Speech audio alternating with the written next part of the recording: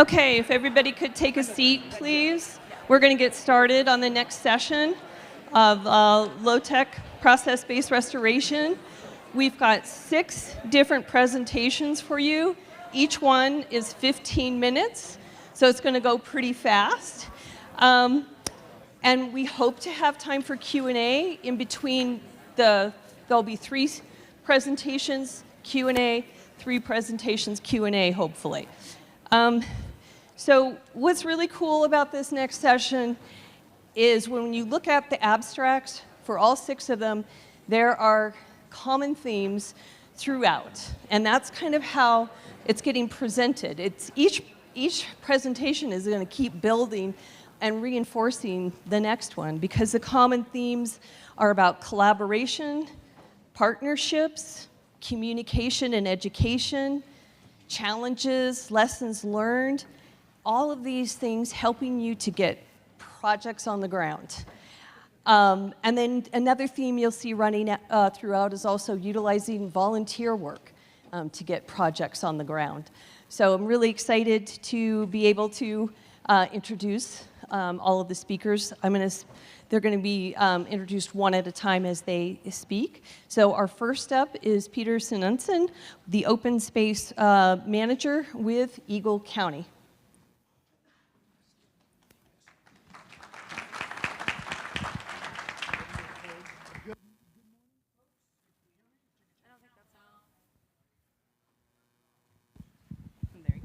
Much better. Ooh, there we go. Well, welcome. Good morning, folks. Thank you all very much for having me again. My name is Peter Suneson. I'm with Eagle County Open Space and Natural Resources.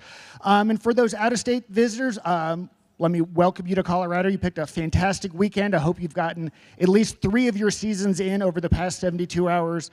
We may get our 4th season, depending how long you stick around. So what I wanted to do is just talk at you for about 10 minutes, share with you an experience that we've had working on an LTPBR project on the western slope of Colorado in Eagle County, kind of talk through our process, our execution, and then some of the lessons that we've learned.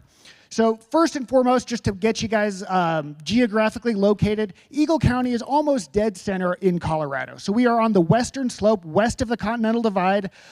We have 2 designated wilderness areas, the Eagle's Nest and Holy Cross wilderness areas. About 80% of the land in Eagle County is federally managed. The White River National Forest, the Bureau of Land Management have extensive land holdings.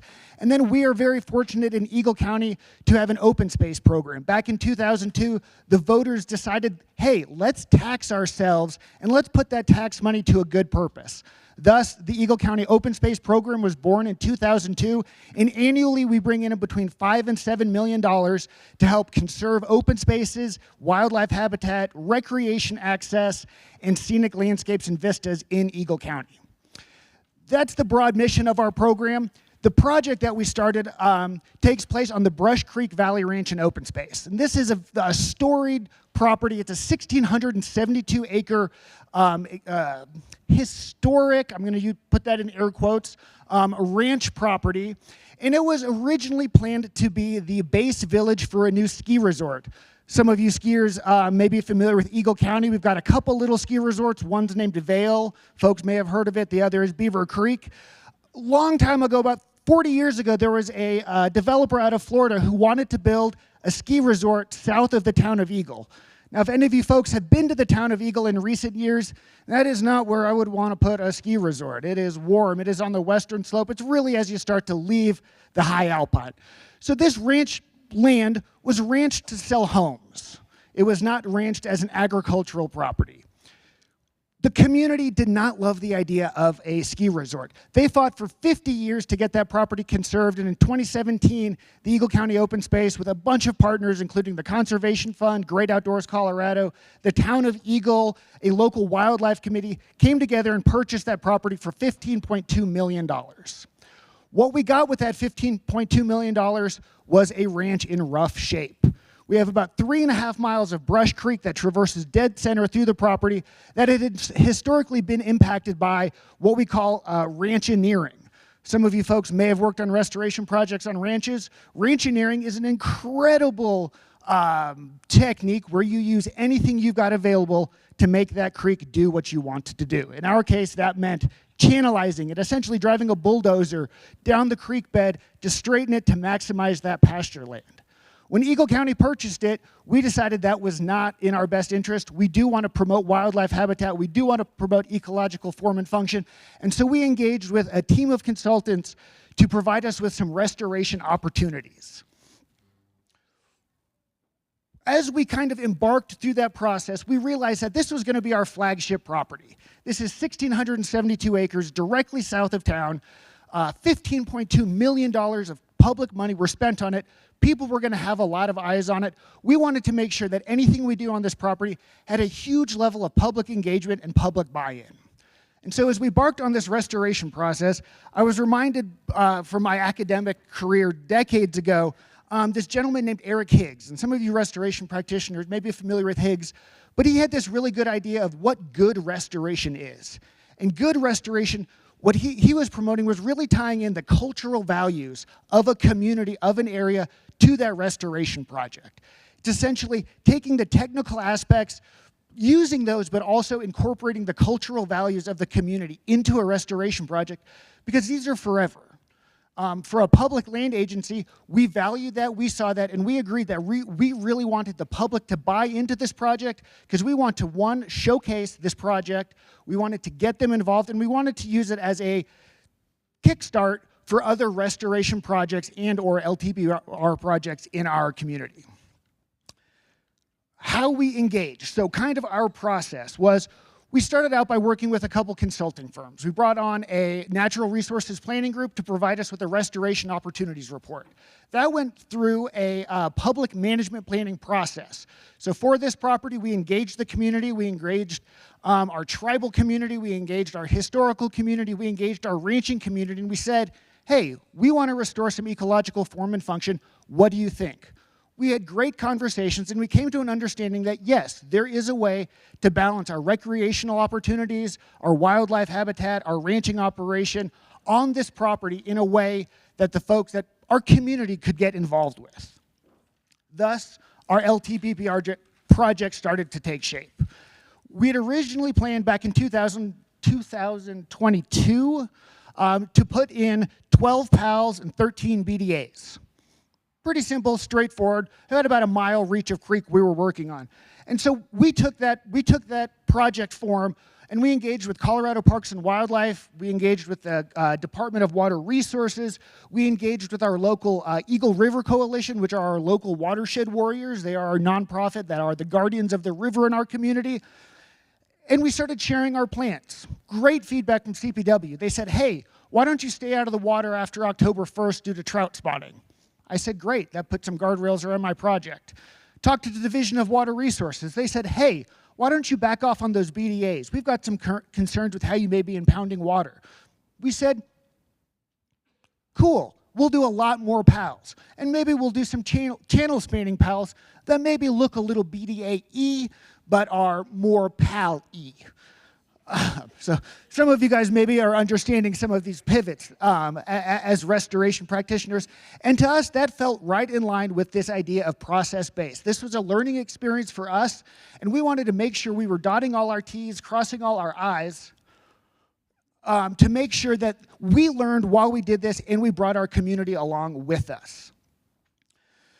So we pivoted to just doing PALs.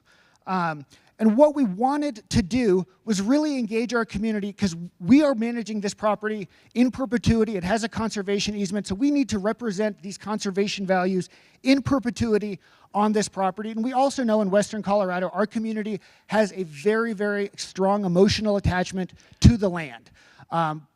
My guess is most of you folks understand and probably hold similar values. We really appreciate those wide open spaces. We appreciate ecological integrity, and we wanted to put some of that back on the property. So how did we get this moving? We engaged with our local watershed group, the Eagle River Coalition, to mobilize volunteers. We don't have an existing volunteer base as a county, but we've got great nonprofit partners. We motivated Over the past 3 years, between 50 and 75 individuals who have come out and worked installing PALs with us. We have worked with high schoolers. We've got a revegetation component to this project. During Earth Day every year, high schoolers have come out and helped us cut and plant willows.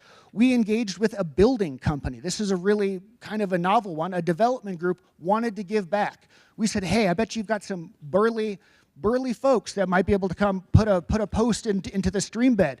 Bring them out, come learn how we build, come learn how beavers build. You can tell us a little bit how you build communities, but more, we're interested in showing you how we build on our properties. And so we started moving. We got the project going. The first year we got 12 PALs in. Second year we added 11 more. This third spring runoff, if folks in Colorado know, we had a lot of snow last year.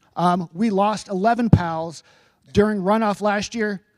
This season, we were back in and we replaced those. Again, keeping with that process-based component, the process-based kind of nature of it all. And so what is the response that we're getting? First and foremost, leadership loves it. This is a very cost-effective project. I have spent very little other than consultant fees and buying my posts.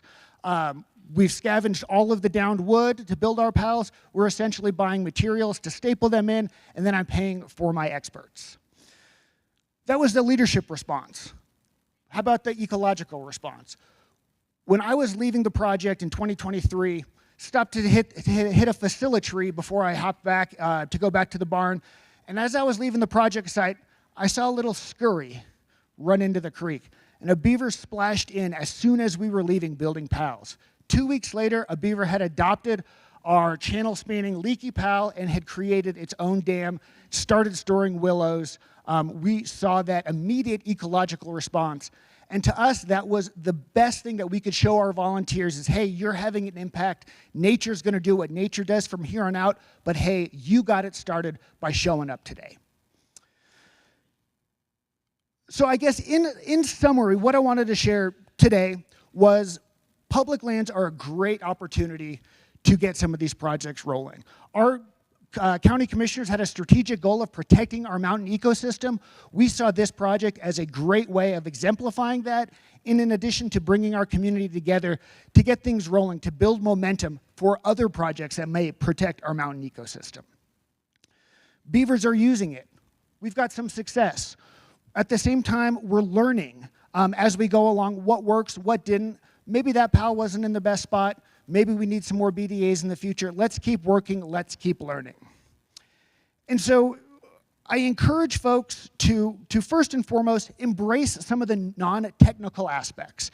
It was really great. Our community has loved this project. No one knew what PALs were. No one knew what BDAs were. Now they do, and they love it. It's an incredible way of moving past just the technical aspect and really bringing in those cultural and human values to the project.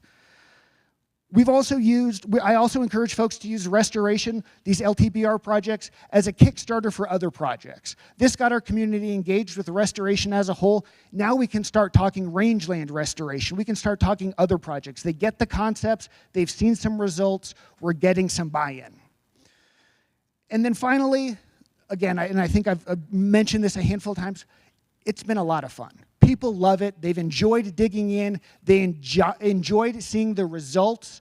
And we look forward to continue to leverage this project. And I want to take a minute before I wrap up to invite folks out to come see this. Anybody in the room, any colleagues, practitioners, restoration ecologists, anyone studying these things, we've got an LTPBR project with PALs going in Western Colorado, and it's our goal to leverage it into future opportunities. So I'm encouraging folks to come out, schedule a site visit with me, happy to take you out. And then the final piece is for other practitioners in Western Colorado, or essentially anywhere within driving distance. We did invest in a hydraulic post pounder this past year, which has saved us back-breaking work trying to put poles into high alpine stream beds. Again, if anyone really wants to work out, come visit me and I'll put you to work doing that. Or give me a call. You can borrow our post pounder. And that, again, is us wanting to leverage this project into community-wide, broaden our community-wide impacts and get folks moving with other types of restoration projects. Thank you.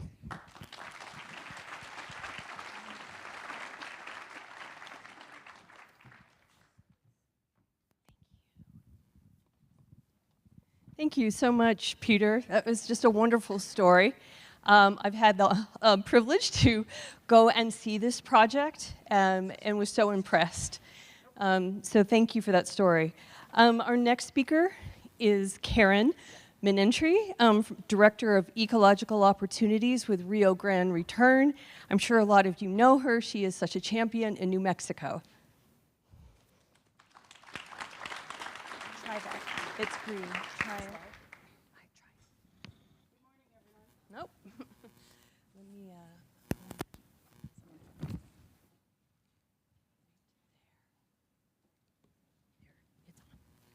Good morning, everyone. I'm happy to be here representing New Mexico, and I'm going to talk to you about a couple of LTPBR projects in our headwater streams in New Mexico and some innovations that are helping to make these successful. I first like to talk about our current conditions in New Mexico and sort of get you grounded. A lot of our headwater streams are incised and channelized, and they don't have much wood in them at all. They don't have many woody plants on the sides, and they don't have wood in the streams. And significantly, only 7% of our streams are perennial in New Mexico, so we're a really dry state. And 45% of our streams are considered impaired with respect to water quality. And I always like to try to make the connection for people that if we had more beavers in our streams, we might have more perennial reaches of rivers, and we might have better water quality. And that's what we're seeking to achieve, or at least improve. The location of the two projects that I'm going to talk about are in the Santa Fe National Forest of the Jemez Mountains that are north of Albuquerque, so in the north central part of the state. The first I'm going to talk about the Rio Cebolla and then Rito Peñas Negras. I first visited the Rio Cebolla in 2016 with a Forest Service T&E species specialist.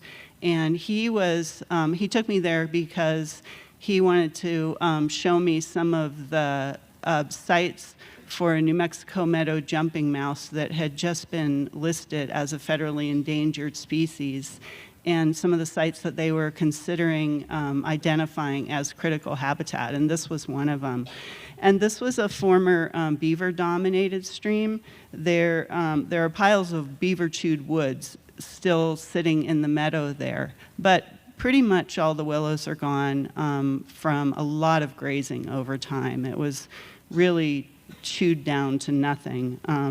And there's some old Bebb's willows there. That's really the only willows that were there, and some alders.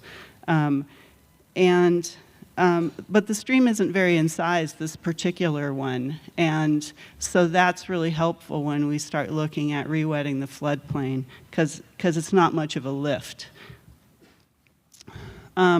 So the listing, or these sensitive species have been helpful in getting funding, in leveraging funding for doing restoration in the Jemez Mountains. So the meadow jumping mouse was listed in 2014, and the habitat was identified in 2016. And just down from the reach where we're working, it is critical habitat.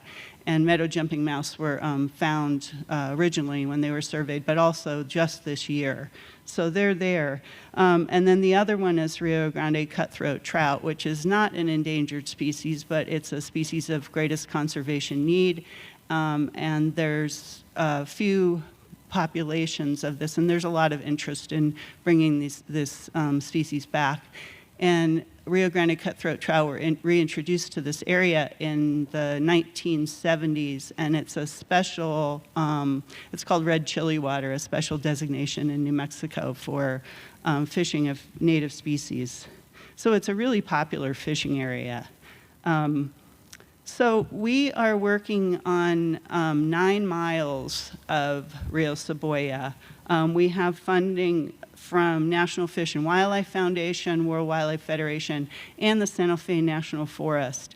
And so we started this in 2013, and in 2 years we've planted 60,000 willows along, and we've been working on a 3-mile reach, and installed 200 structures. And when I say structures, I'm referring to a collection of BDAs, PALs, and large woody debris, which is, for us, is often whole trees placed into the stream because there's just almost no wood in the stream at all. We've also installed cattle and elk exclosures. There was some negotiation with the Forest Service about where we could, for some reason they didn't want all elk exclosures, and so there's a couple of the downstream areas only have cattle exclosures. And so that would be interesting to see what the grazing pressure is in the cattle exclosure versus the elk exclosures that are 7 feet high. Through this work, we've employed 2 crews throughout. One works throughout the year, and one works only in the summer. They're a seasonal crew made up of college students and recent graduates. And we engaged 30 volunteers on Rio Cebolla. Part of that is a grant requirement for match, but also it's been really beneficial because volunteers from Trout Unlimited and New Mexico Trout came up and helped out, and through doing that, they got on board with the project, and we're not hearing complaints from fishermen about, you're changing our stream, you're changing our fishing. So they've got involved and they're supportive of it. We also took a field trip up to this site with the New Mexico Beaver Coalition, which is a coalition that my organization, Rio Grande Return, is currently leading for New Mexico to bring everybody together to talk about beavers and policy and change. So I want to talk a little bit about how we build BDAs because I don't think everybody does it the same, and I'm interested in hearing how other people do it, so I'm going to tell you how we do it. So we use, in this setting, in the high country, and this is about these sites are 8,000 to 9,000 feet. We cut down whole spruce trees that have a diameter of like 3 to 4 inches, and then we delimb them, and we're using machetes or axes, to take all of the limbs off and sort of cut them down to bite-sized pieces that we can work with to layer them in the stream, and then use a machete or axe to sharpen points on the ends of the trunks. And I call them posts and pins, the big ones being posts and the little ones being pins. And then these streams are really small. They're like 2-3 feet wide, and really shallow. And that's significant because there's not pools in them right now for beavers to be able to occupy and that have safety from predators. And so it's not just about getting the water up onto the floodplain, but it's about making the pools so that the beavers can come in and occupy this area as well. There are currently beavers about 3 to 4 miles downstream of this site. And so what we do with these bite-sized pieces of the limbs from the blue spruce is we stick them into the sides of the banks to pin them in there, to hold them in there to start. And then put a lot of boughs in, and then put sediment on top, and layer boughs and sediment and boughs, and then pound the posts and the pins in at angles to hold everything in place. The photo shows a dolly and carrying 5-gallon buckets of sediment. The dolly was a simple but really important innovation to help get that sediment over to the site, because sometimes it's like 50 yards away. So the result looks like this, with layers of sediment of gravel size at least, and boughs, and then cobbles if they're available, rocks if they're available, and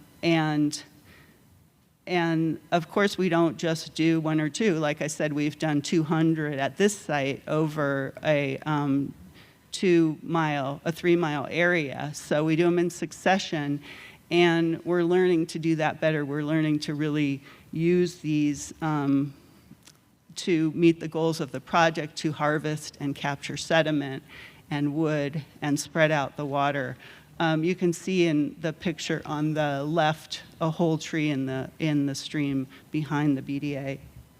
And here's some more of them. You can see some pals in the background, and you can see how the water is spreading out onto the floodplain, just locally. And then you can also see those old Bebbs willows in the background that have been browsed by elk and look like broccoli stalks now. They're not able to regenerate on their own, hence the 60,000 willows that we've planted, which are so small right now, I don't even have pictures of them because they don't really show up very well the first year. So here's some of the pals that we've built. And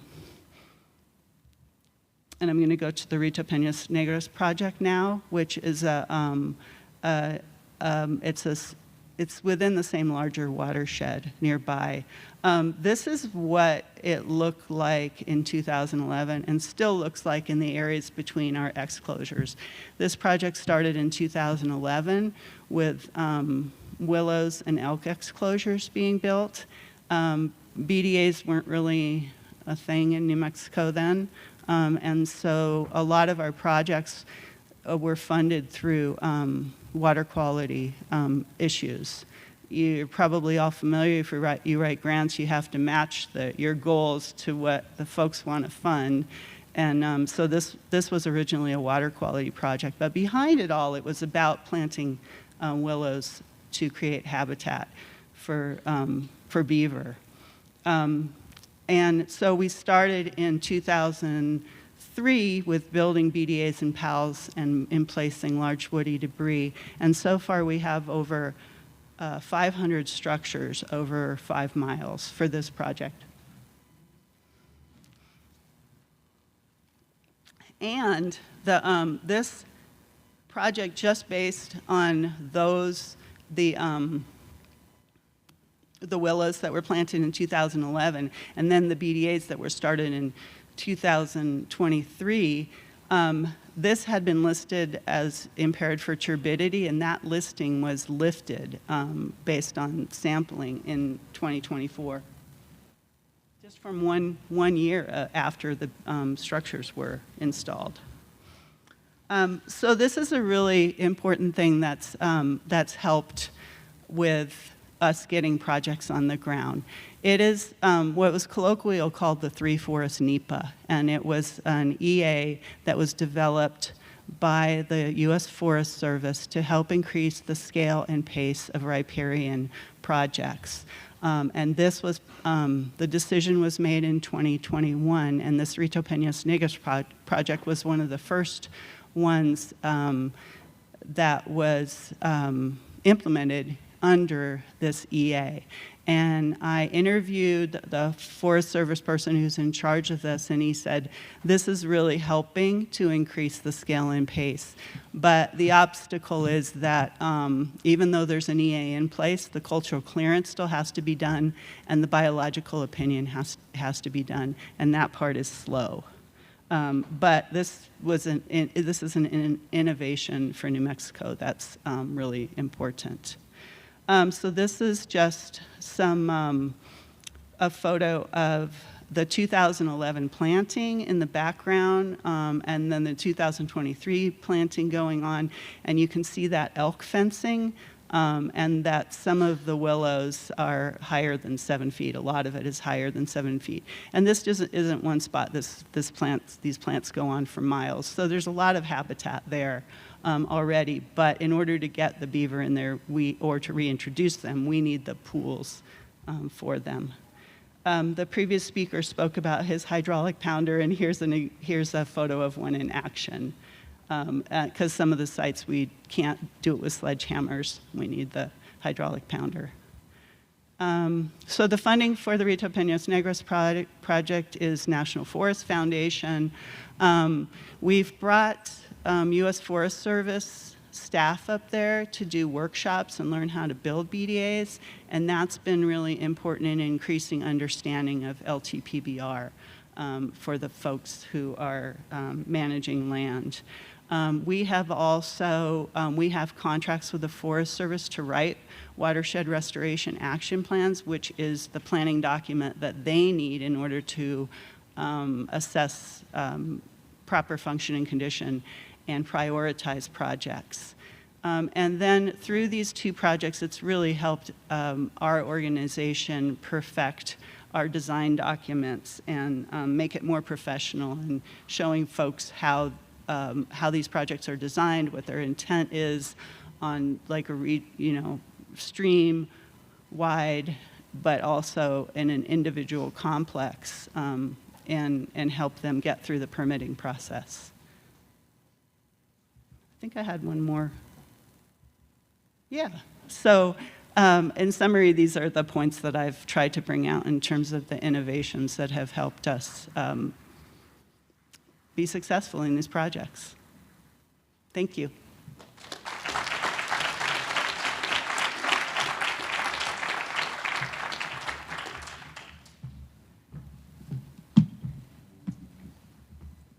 Wow, that was just incredible. Thank you so much for that, Karen. All right, now I'm very pleased to introduce Rosalee Reese, who is the forest fisheries biologist for the Rio Grande National Forest. Thank you, Rosalee.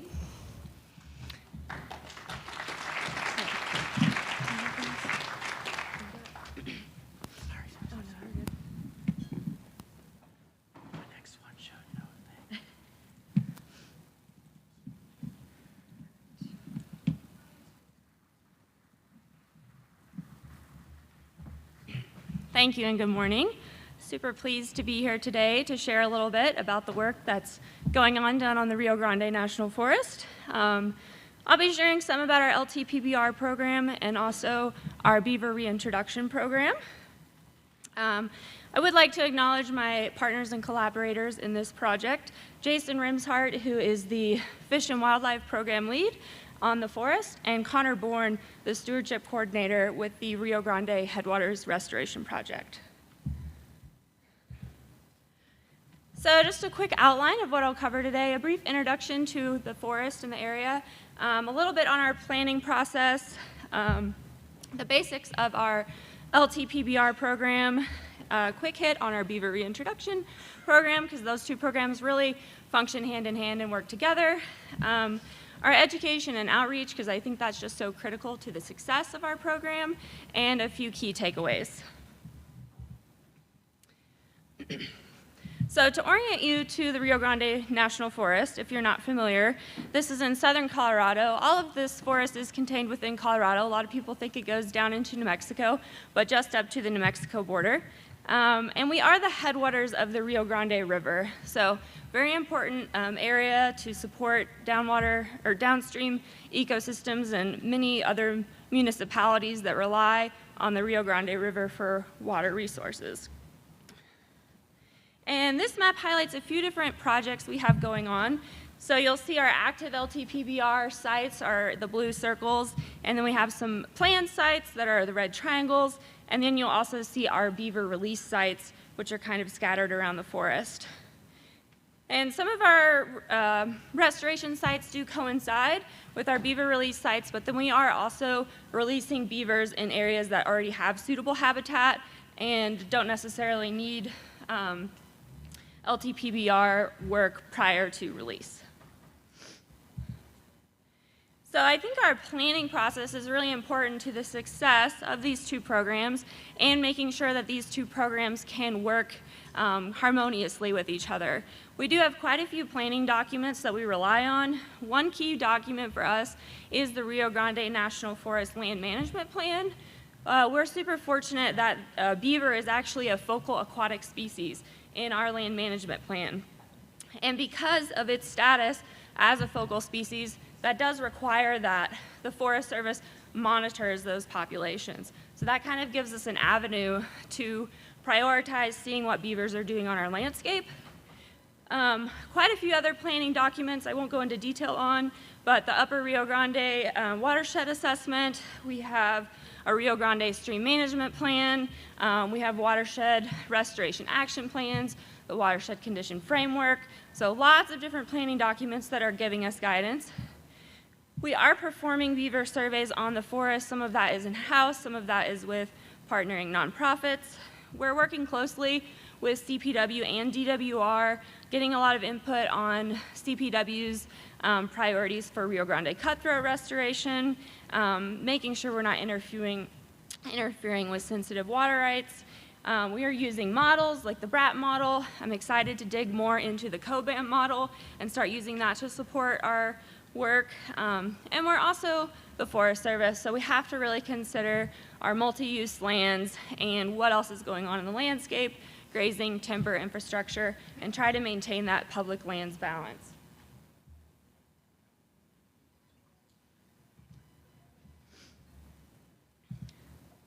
So now I'll jump into a quick overview of our actual LTPBR work that we have currently going. We started this work in 2020, and again, the primary partners are the Forest and the Rio Grande Headwaters Restoration Project, although I'll go into all of the other partners that help get this work on the ground. And there's kind of two main goals of this program. One is to prepare areas for beaver reintroduction that maybe aren't suitable right now, and there are other areas on the forest that are just not going to be suitable for beaver, whether it's conflicts with infrastructure or grazing management, whatever it might be. So we're also using this as a tool to restore areas that maybe are not going to be suitable for beaver. And just a quick breakdown of the structures we've been able to install each year. We are kind of building momentum here. We kind of started slowly, giving time for partners in our community to see how this work was going to look on the landscape. And now that we're getting some support and seeing how these are working, we're building our momentum. So this is a quick kind of schematic of our processes that go into planning and getting this work on the ground, and all of the different partners that are kind of instrumental to making it happen. So our funding, most of our field surveys are coming internally from the Restoration Project and the Forest Service. We're determining our sites.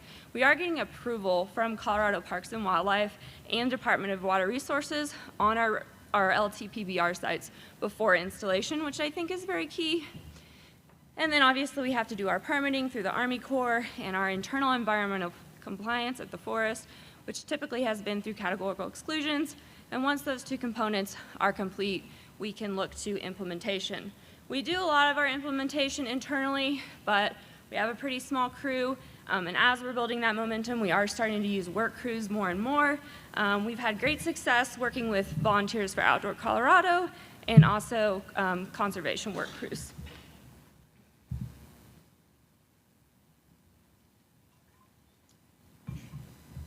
So a few glamour shots of our LTPBR on the landscape to give you an idea of how these are working. I tried to do kind of a photo at install, and then I'll follow up with a photo at monitoring, so you can kind of see how these are working over time.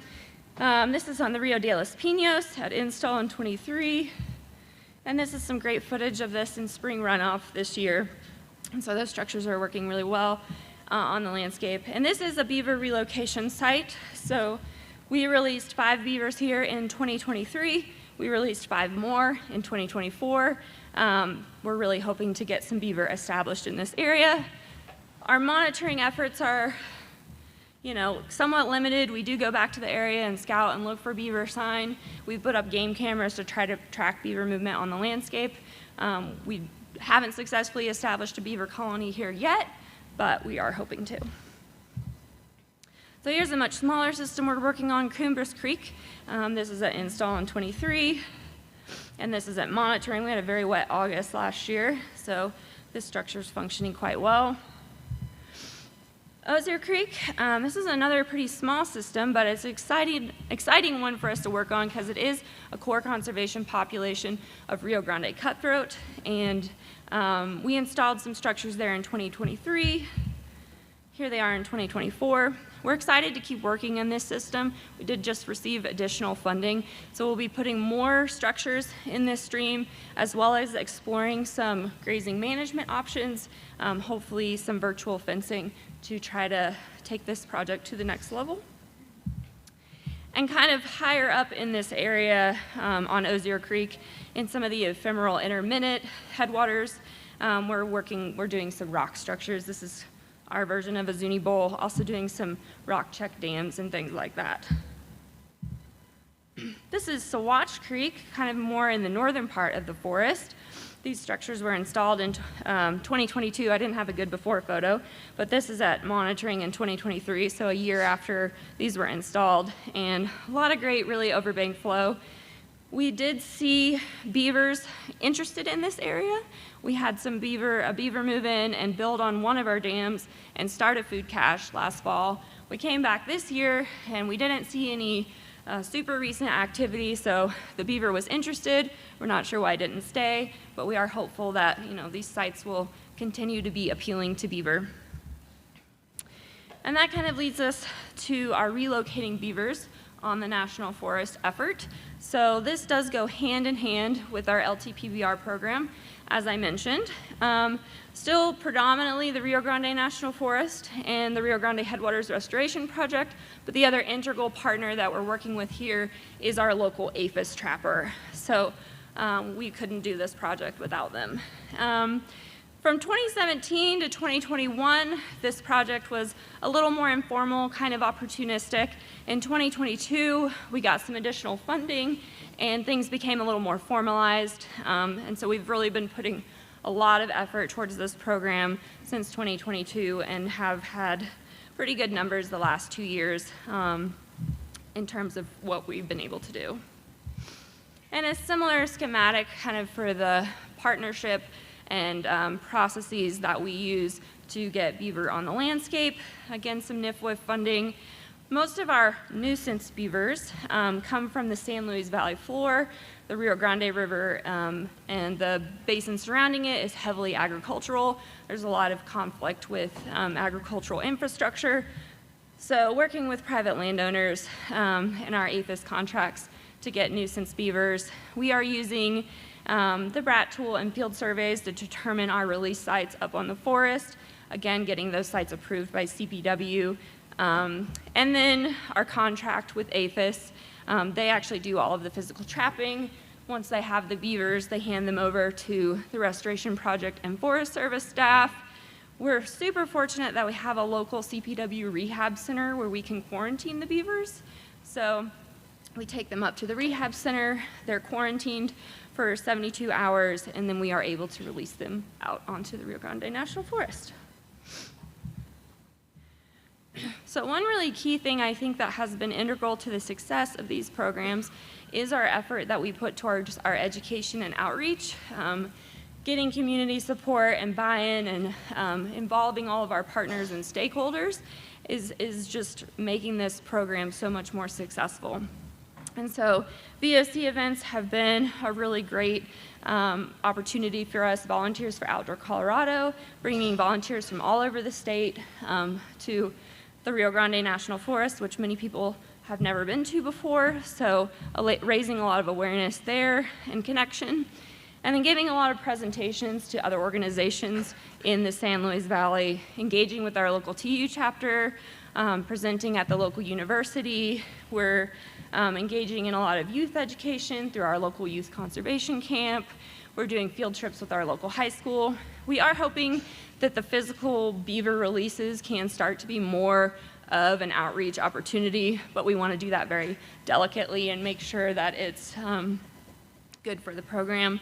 We did have a news article this summer that was really great. We got lots of awesome beaver footage, and we're really happy to see that come out in the local newspaper. So just a few photos of our outreach program, and I'll wrap up. This is a VOC event teaching about how we build our BDAs, snorkeling with the local high school students, super fun way to engage. They love it. We do that every year.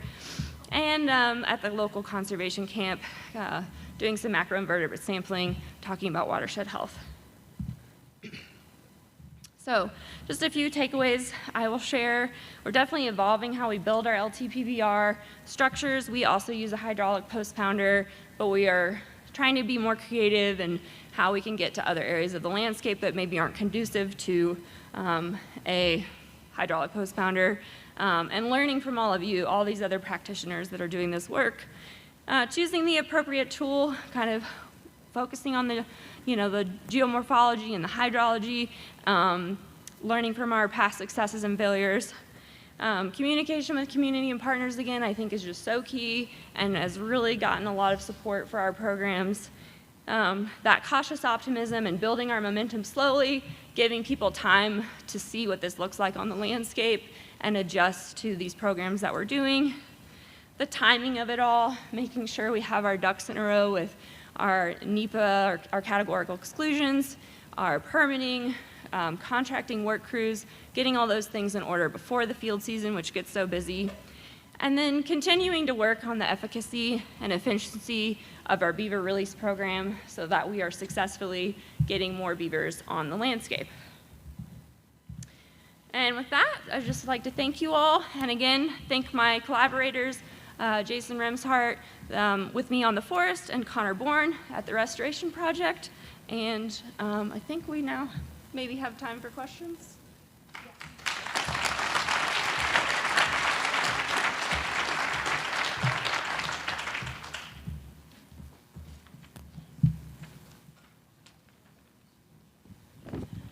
Thank you so much. As you saw, the themes of volunteer work and collaboration and partnerships and being able to get funding and as Karen was talking about, leveraging other things like endangered species concerns can help go a long way, and you just built on one another in all your work. Thank you so much.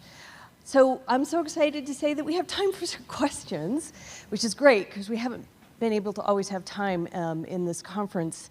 And so we'll do some Q&A for a solid 10 minutes, and then we've got 3 more sessions right after that, and they'll all come up on the stage, and then hopefully we'll have another time for Q&A, because I know I've got a lot of questions after seeing some of those incredible slides. I did notice on the WOVA app, I'm going to start with that one. There was a great question on that, so let me just pull it up. Okay, let's see. Rosalee, you mentioned beavers were listed as a priority species for the forest. What was the process to get them as a priority? You mentioned the focal species, and there's a lot of different designations, I know, in forest land management plans, but that one was key, so if you could just talk about that. So I will have to direct you to Jason Remshardt, my boss, because he was at the forest in 2020 when this forest plan was put into place. So I'm not exactly sure all the ways he advocated for getting that into the forest plan and what the different designation choices were in that process, because I only came to the forest in just about a year and a half ago. So unfortunately, I don't know quite all the details of that process, but Jason Remshardt should be able to answer that more directly. I will say it is that designation in our forest plan has been very, very key. So I would recommend anyone that can get that into their forest plan to definitely put some effort towards it. Thank you. This is a question for you, Karen. When you are adding structures, does it matter if you start at the top of the reach or the bottom of the reach? That's a great question. And then I just wanted to add on to that is that was the first time I've seen hand-built posts, essentially.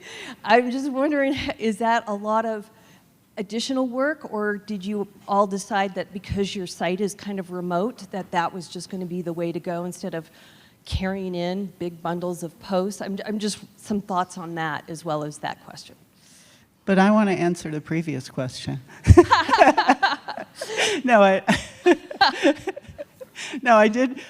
When you asked about beavers and being a priority species for the Forest Service, I remembered that I forgot to say that the New Mexico Meadow Jumping Mouse Recovery Plan lists beaver as important to recovery of that species. Awesome. Yeah, because of their life cycle requirements of 18 to 24-inch sedges and willows as well. Okay, so the post. So does it matter if you start from downstream and work upstream? I don't know. I think, but on both of these projects, well, on the Rio Cebolla one, we started downstream and worked upstream, and perhaps that's just that was just a geographical convenience because of where we could get into the site. On Rio Peñas Negras, we started sort of in the middle and then went downstream and then filled it back in. So that's how we've done it. Okay. Alexa, she's like dying to say something about this. Alexa, just come right up here so I can hand you the mic, because she obviously has an opinion about this. For the number of years we've been doing this, working downstream to upstream, you're disturbing as you move upstream. So any structure you put downstream first has the opportunity to capture any of that disturbed sediment or anything else moving down the stream. So we always, unless there's some factor, I don't think we've ever not done it that way, but downstream to upstream. Thank to you. That's very helpful. Thank you, Alexa. Oh, and then those post-creation machetes. I'm just like trying to picture that. And Well, it's been an evolution. I mean, 5 years ago we built the posts in and wove the willows, Right. and we've just evolved to doing it this way. And the forest likes when we remove biomass. The trees are right there, so we cut them on site. Okay. And it does take effort to break them down, but it doesn't take that long to build them this way. And it depends on the substrate. I mean, and the substrate in Rio Cebolla, it's very soft, and it's pretty easy to pound them in with sledges and the end of an axe, and so it works. We're about to embark on a project where, on the Rio Puerco, where the only native vegetation, or not native, the only vegetation is Russian olive and juniper. So it'll be interesting to see how that goes with the materials. yeah. Well, thank you. Peter, you are up next. I see that there is a question in here, and I also have a question for you. And hold on just a second. It keeps jumping around as people add new questions. I had it right up on the screen, and then it jumped again. So hold on. It was, people were definitely captured by the fact that beaver came and took over the ultimate, success metric, that they like where you built. And so it was a question around that. It was, okay. Oh, yeah, there's a couple of questions for you, Peter. And that was, one of them was around how do you know when to let, you've done enough. How do you know like how many structures you need to put in, and when you've done enough and the beaver can come in and take over as they did? Are you like hands off now that the beaver came in? The question was around that. Kind of essentially, when is that restoration project over, for lack of a better? Yeah. So that's a great question. That's something we wrestle with often, and I think our philosophy is, a restoration project is never over. Right, until we've hit that kind of historical trajectory where we're comfortable saying there is form and function, and it's working as we expect it to. And so I think, we've got a lot of work to do. This is a historically degraded, channelized reach of the creek. There's a county road within a quarter mile that is also affecting it. So I think, we're in it for the long haul, and we will call it a day as far as putting in PALs when my geomorphologist and ecologist say we're looking pretty good. Okay, awesome, thank you. One of the things that came to mind as you were talking is, formerly I was the head of Missoula's open space program, and as we acquired conservation lands, there's always this balancing between public recreation and wildlife habitat, and I would always be consulting with Fish, Wildlife, and Parks on that, and it was especially around trail placement. And as you know, people love trails along rivers. And we saw a very urban example in Colin Thorne's presentation of what happens when trails are placed right near a river. But there's many, many other examples like that. So my question for you is, if you look at the riverscape of what it used to be where you're working, and what your vision is, what you know based on the geography and the conditions of the area, what it could be once again, like what it was historically. How do you think about public access and trails? Because is going from the incised river where there's dry land, right, on each side to a riverscape is a challenge. It's a great question, and in Eagle County, I'd say 75% of my work is essentially balancing those conservation values and those human values, which in Western Colorado is a lot of times is driven by recreation. And so what we really relied on was a management planning process where we invited the community out and we said, hey, we are going to protect this landscape for the agricultural reasons, for the recreational reasons, for the wildlife reasons, and for the ecological reasons. We told them that, and with that context, we asked the community, where would you like to go? And so they drew some trails on the property, and we're like, actually, well, look at this wildlife corridor. Does that trail make sense in the context of this wildlife corridor? Again, we're balancing all of these different competing values. Is there a way that, oh, I see that trail, you're actually trying to get to this area of public land, this adjacent BLM. So can we reroute this trail to give you the access that you want while staying out of these critical areas? And so it was a public process where we wanted to understand what the community wanted, where they wanted to go, and where they wanted to recreate. And then we presented them with our kind of ecological knowledge about, this may, if you wanted your trail here, you are going to have more impacts.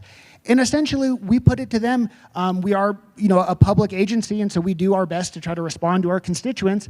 And really, when it came down to it, folks in Western Colorado, our county, appreciate the wildlife just as much as they do riding mountain bikes. And so when kind of put to that, is it mountain biking or is it wildlife? We didn't put them against each other, but we definitely wanted folks to understand the implications of where they wanted to recreate. And I think when we did our educational efforts, and when they were successful, most folks understood that there were other options to get those recreational access points and experiences that don't necessarily impact the wildlife.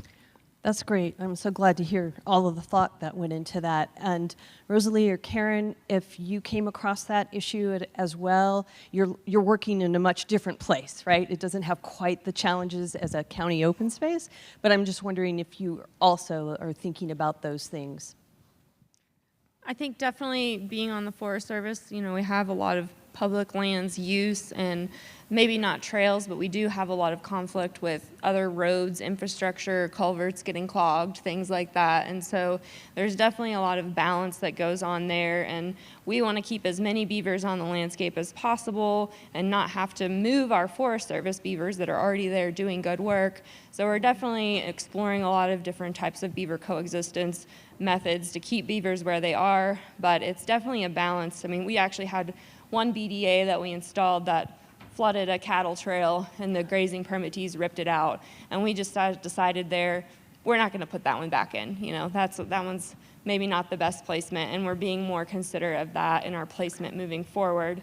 So a lot to consider there in the placement of our structures and how we prioritize areas that we will either put in structures or move beavers. I have an easy out with this one because both of the places that I highlighted, there's very little infrastructure, and we have a lot of opportunity to work in places like that in New Mexico in the high country. And so we are prioritizing those places where there aren't going to be the conflicts. But we also do beaver coexistence work, and we have pond levelers on some sites where there are conflicts, and we know that it takes a lot of energy to manage those very dynamic sites, and so we're prioritizing not working in those areas right now. That's great. Thank you so much. There are lots of great questions from the audience. Thank you so much for being so engaged in this one. We're not going to be able to get to all of them. I'll ask a real quick one that I see here. Who is APHIS? Who wants to take that one? Rosalee? APHIS is the Animal Plant Health Inspection Service. They have a table at the back if you're interested about learning more. And you should definitely, if you're interested in this work, meet your local APHIS people. They are part of the USDA. We have it set up so that we have a contract with our local APHIS people, and then our partnering nonprofit, the Rio Grande Headwaters Restoration Project, also has a contract with APHIS, so we have a few different ways to move funding to our local contractor, and that allows us to not get a trapping permit. It allows us to not have to mess with what can be challenging logistics of actually setting the traps. Our local trapper is extremely knowledgeable and wonderful to work with, and so I definitely recommend exploring that if you're interested in doing some of that work. Thank you, Rosalee. And I'm going to combine two short questions into one for Rosalee, and then we will transition to the other speakers. The first one, where is the CPW Rehab Center, and how does that process work? You know, capturing beaver, taking them there, and then bringing them to the release site. So that's the first question. Where is it? How does it work? And the second related one is the permit. Is it issued to you versus the nonprofit that you're working with? So it's called the Middle Frisco Wildlife Rehabilitation Center, and it is a CPW facility. We've just been super fortunate that they have the space and are willing to work with us and partner with us on this project. So that is, I guess the stars aligned for us there, and we're super fortunate to have that facility available to us. And, you know, it just takes a little bit of meeting and coordination, but they have some facilities there that are suitable for holding beavers. Based on some of the other presentations I saw yesterday, I have some ideas on how we can continue to improve that. And then the permit process, most of that does go through the Rio Grande Headwaters Restoration Project. They've kind of been the lead contact on compiling that information of all of the locations we're going to trap from, all of the locations that we're going to release at, getting those to our local CPW, DWMs, and getting their approval at the beginning of the season. I think it ultimately could be issued to either one of us, but just the way it has worked out so far, the restoration project has been taking lead on that. All right, thank you so much. We are now going to bring up the rest of our speakers. So if the rest of the presenters, you guys got to stay here because there's hopefully another Q&A. I'm hoping we have time for one more Q&A where all 6 presenters are up here. Yep, Rose.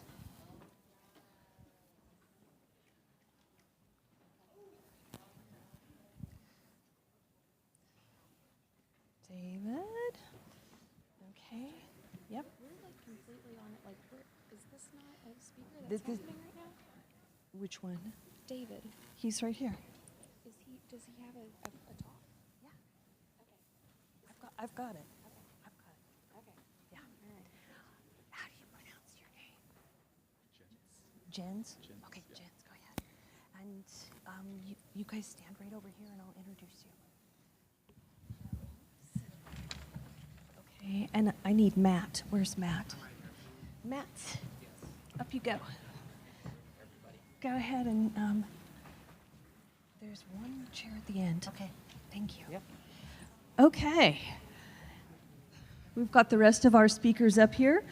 And I'm very pleased to present Rose Smith and Jens Ammon. And Rose is the stream ecologist with Sageland Collaborative.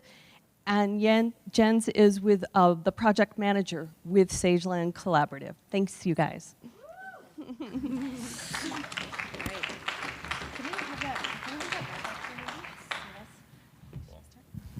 All right, yeah, thank you for the introduction. Hello, everybody. We're going to be talking about shifting the culture of riverscape restoration in the West through collaboration.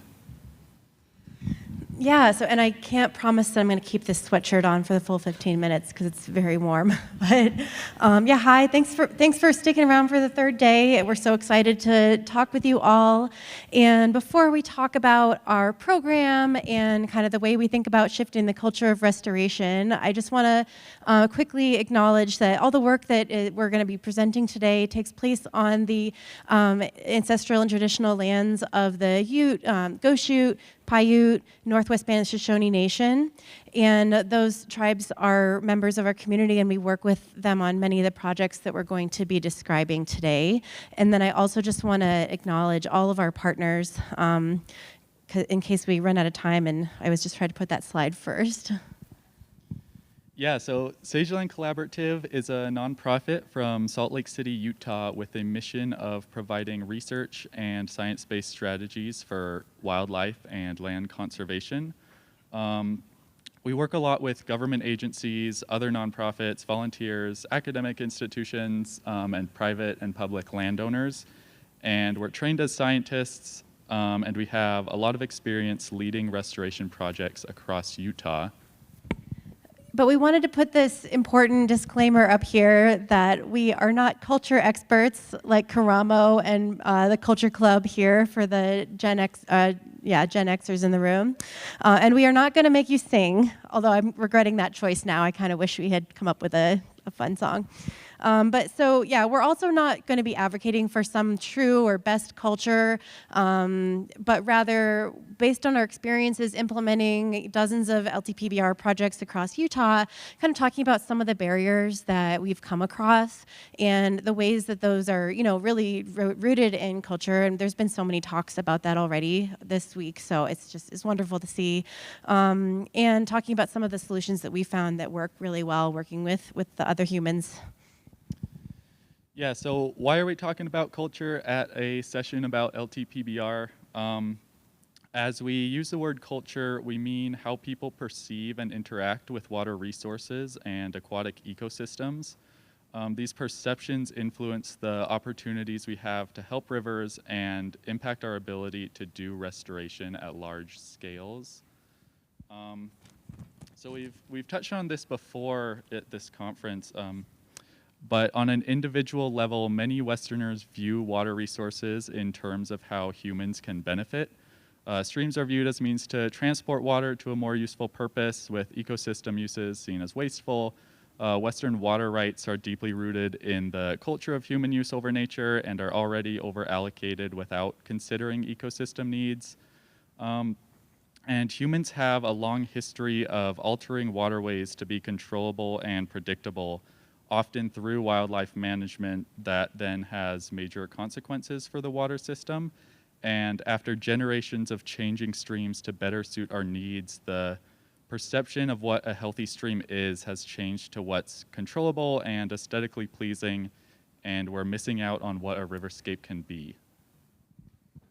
So culture is, as Jen's mentioned, it's, all these perceptions about how it comes into the perceptions of how we use water, but then those perceptions directly feed into the structures that kind of hold society together, right? So those become like the barriers sometimes at a structural level, not just on a kind of a one-on-one, like let's change one person's mind about restoration. And so we want to just talk about like some of these frameworks or like structures that can limit that. So first of all, like regulatory frameworks, like how many people in this room implement LTPBR projects and have to navigate permits? Yeah, so that, there haven't been too many talks about permitting, and I didn't expect to ever be a permitting expert, but here we are because that's what's needed. So navigating those frameworks of regulation where it's a square peg in a round hole, or where the, community floodplain ordinance is saying that that you can't put structures in the stream because you might need to insure them like you would insure building a house in a floodplain, or the ordinary high water mark, which is an absolute like legal definition. It's not a real, there's the bankful, I guess, but that, anyway, it's legal definitions of what a riverscape are not congruous with the reality of kind of a healthy system. Water law, there was already a great talk about this with Mark Beardsley, and I forgot the other gentleman's name, but I think they really went into got to the heart of why water rights is such a challenge, right? There's this dichotomy of use between the human systems and nature systems, and in my experience, I think sometimes the water rights and the concerns around how much water like nature needs it can be a lot more based in perception than people want to admit. And if we were able to measure everything, then we might find that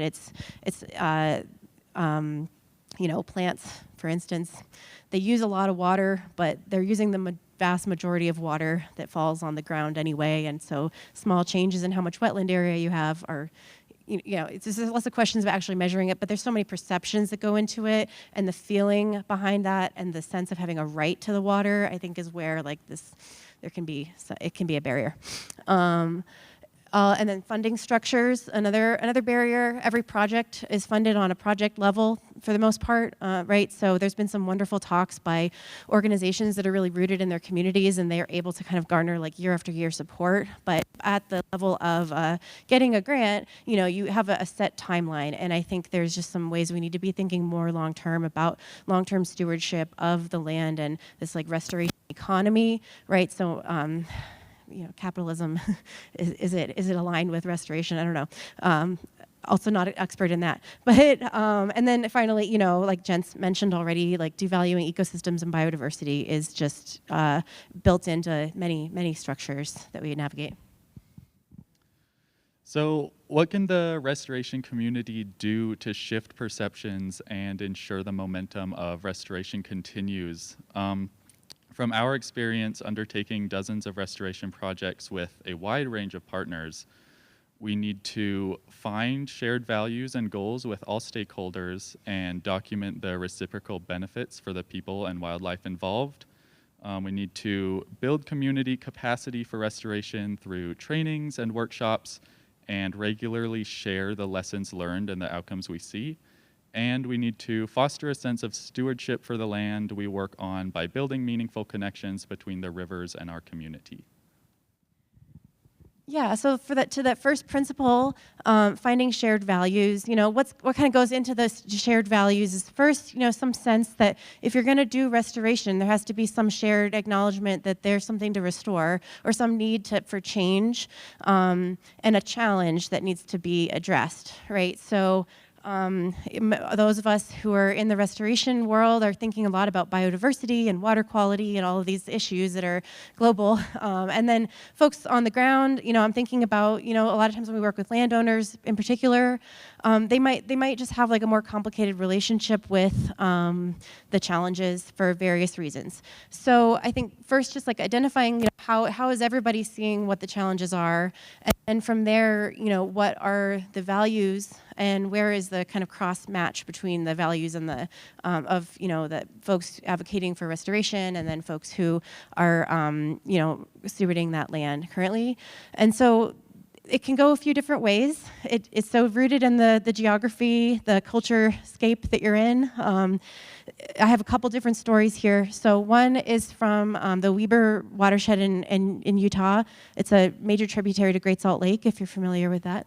And a landowner in that area was acknowledging, you'll see this in this quote, he acknowledged that there is a challenge of snowmelt coming sooner, the land drying up, and that is impacting his own operations. And so he went in for a grant to the USU Extension and got a beaver deceiver to allow the beavers to continue persisting on his property. And he actually found that he was able to harvest more hay and things worked out well. So that maybe you could consider him an early adopter from the keynote yesterday. They were talking about early adopters versus kind of holdouts. And then there's another story we have to tell about this is from southeastern Idaho, and it's in collaboration with the Northwest Band of the Shoshone Nation. They are working on implementing restoration projects at the site of the Bear River Massacre. So if you don't know about that massacre, it's the largest on U.S. history massacre of indigenous people. I'm talking too much. Okay, and so they've actually purchased the land back and they're working on a restoration project. But the issue is that the upstream landowners are not bought in on the same, doing the same thing for the watershed.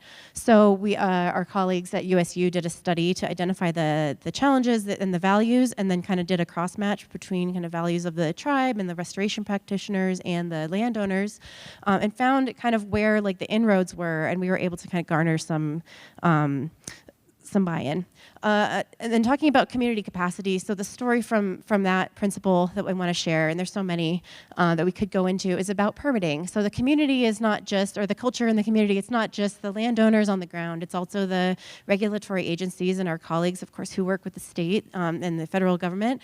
So permitting, a huge bottleneck. Even in Utah, where we have a beaver management plan and we have the BRAT model, originated there in Utah, and yet, getting things happening on the ground, there's so many bottlenecks. And so figuring out even just how to navigate the permit structures that we have has been a huge opening to do a lot more restoration. And so what we did in 2020 and 21 was to form a work group with some state colleagues, get on the same page about what the benefits and kind of alignment of LTPBR and different regulations are. I came up with an example workflow, and then held some workshops to train our colleagues on how to address the Clean Water Act permits, for instance, with Army Corps, and then that same process has iterated through a few different permitting processes. And then finally, we can change water culture for the better by creating a community of stewardship around restoration. This map is of the Weber River watershed in Utah, which is a critical and vulnerable habitat for our native fish. And our work in the Weber is noted in stars, and it began with a single river on a single ranch and has grown across the watershed into a community of landowner support. And then along with landowners, we're fostering a community of volunteers. Opening our work to volunteers gives opportunities for everyone to engage with the land and have the hands-on experience needed to make personal connections with restoration. Many of our volunteers come from more urban environments, and our events act as a small way to bridge the divide between the downstream end user and the rural headwaters, and bring those two cultures together for a shared goal. And then we also want to create a community that is able to see our restoration goals through to completion. Ideally, we're looking to steward a river to a self-sustaining state. However, the pathway to this exit point can be complicated, and we want our partners to feel confident in making decisions for their project. So to that end, we're developing an approachable and easy-to-use tool for those working the land to interpret project progress.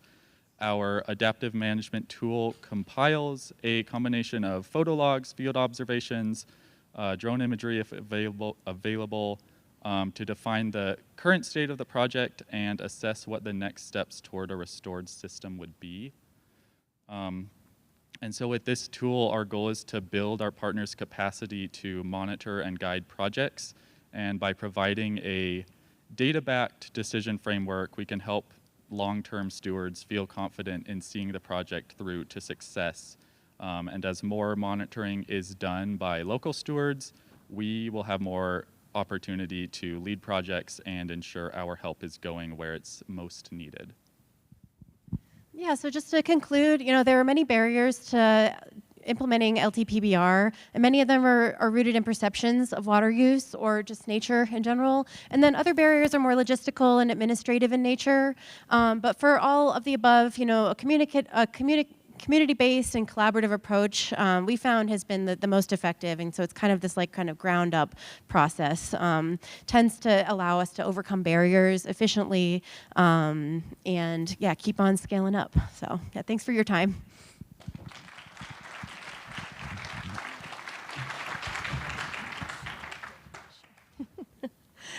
Thank you so much, Rose and Jens. All right, our next speaker is David Fulton-Beale, who is the program coordinator with Wildlands Restoration Volunteers, and he is going to continue on this theme about how important volunteers are. All right. Thank you, everybody. So my name is David. I use he, him pronouns, and I'm a program coordinator with Wildlands Restoration Volunteers. And we're a nonprofit based here in Colorado with a mission to build diverse communities that care for the land. And today I'm going to talk a little bit about working with volunteers. One of the main ways that we work to accomplish our mission is by organizing ecological restoration and outdoor stewardship projects with volunteers. And today I'm going to talk a little bit about how we engage volunteers in our beaver mimicry work. So just for a quick overview, what I'm hoping that you'll take away from our time is that engaging volunteers in beaver mimicry work can help you advance your restoration goals and help you build community around these projects and help us build this larger community of beaver believers that we've been talking about building this week. And I hope after hearing from me and the rest of the panelists today that even if you haven't been in the past, you'll come away being a little bit more excited about working with volunteers and start to think about how you might be able to integrate volunteers into some of the projects that you're trying to get done. So first I'm going to talk a little bit about why do we want to work with volunteers. And a couple of big reasons to do this are community engagement and education. Right, yesterday in one of our panels we were talking about the innovation adoption curve and how the people in this room and the people at BeaverCon are the innovators and the early adopters. And I think your volunteers or your potential volunteers can be the people who are going to bridge the chasm and be the early majority and help us really spread these ideas to the community. And some other advantages of working with volunteers are to help people build connections with each other in your local community, to help people build connections with you as land managers, build connections with the land. When people know what's happening on the landscape that they live in and recreate in, you know, if they've come out and they've built beaver dam analogs with you, maybe they'll be a little bit more likely to respect your trail closed sign the next time that they're out hiking with their friends. So a lot of really great opportunities to engage people, to educate people.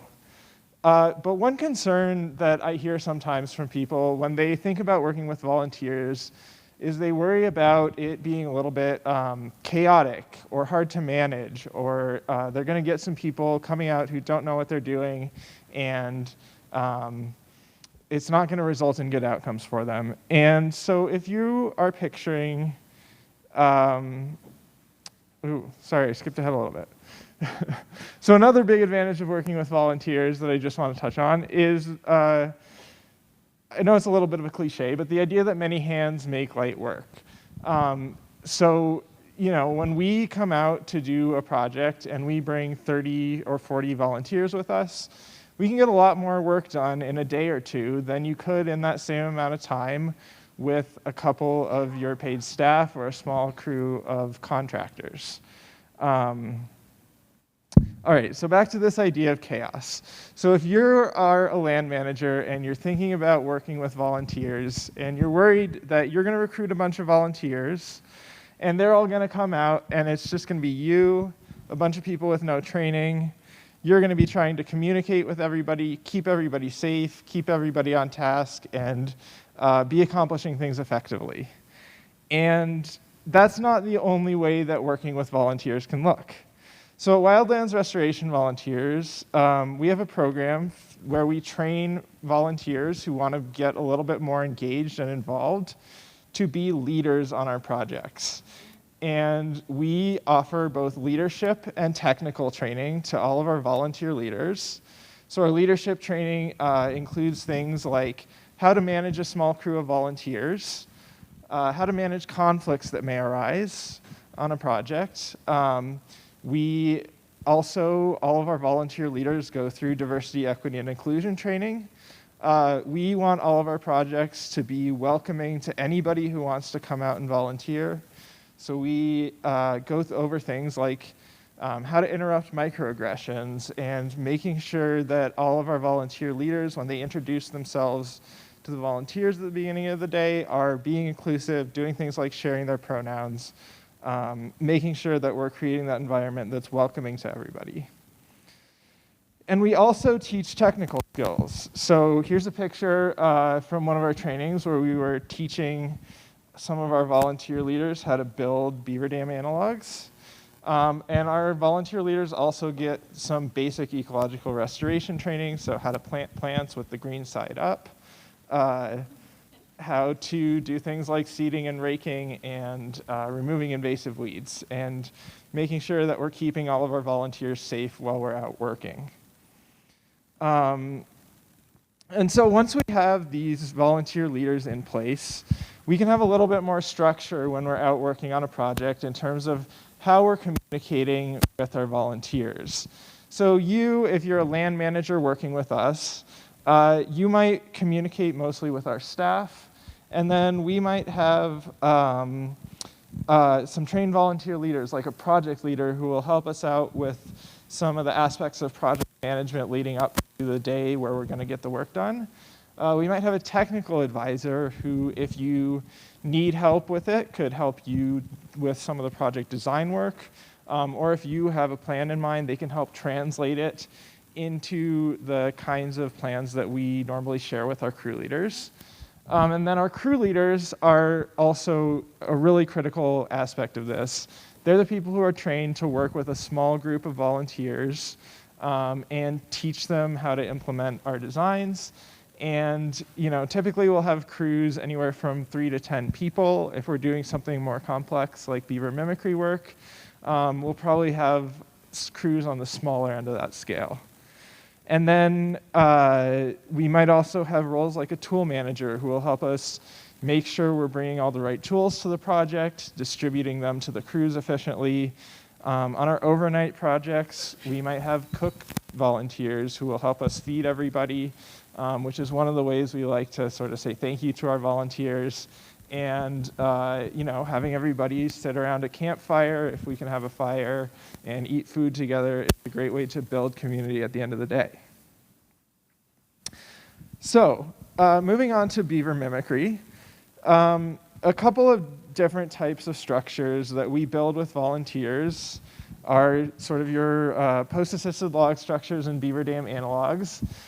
We also build Z-dike rock structures, and we are typically building these to restore sage grouse habitat. And sage grouse habitat, if you're not familiar, are these sage steppe environments where there are, or were historically, wet meadow habitats, which are these lower areas on the landscape. And they may have been drained or degraded by roads, by inappropriate cattle grazing, things like that. So we're trying to, with all of these structures, as you've heard these words repeated throughout this week, slow down, spread out, and store water on the landscape. And just to share some pretty pictures, because we all love those. Here's one of our sage grouse restoration sites. So you can see there's a road running down the bottom of this valley here. And if you notice that orange stake on the right side of the road, that's where we're going to build a structure. And you can see on the sides of the road we have some erosion, some down cutting, because water's getting just channeled into this road bed and moving away sediment.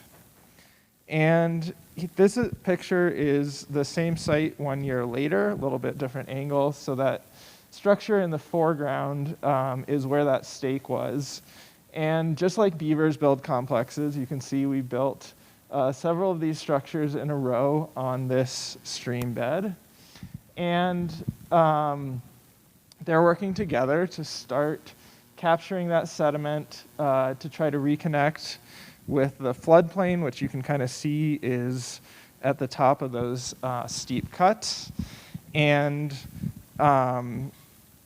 as we capture sediment, we can actually come back to these sites and add another layer of rocks if we need to do that in order to continue to restore the site to the conditions that we want to see.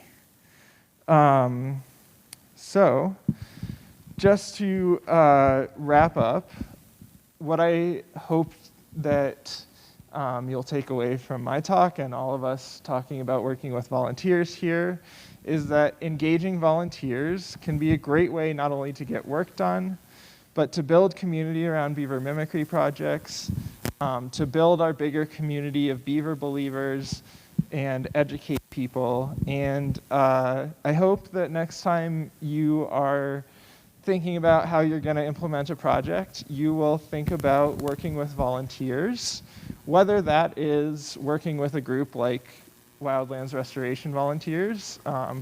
You know, we welcome partnerships, or you know, several of other people up here have talked about working with their local watershed groups, working with groups like Trout Unlimited, or if you are trying to build a volunteer program of your own, I hope you'll have some new ideas for how to make that successful.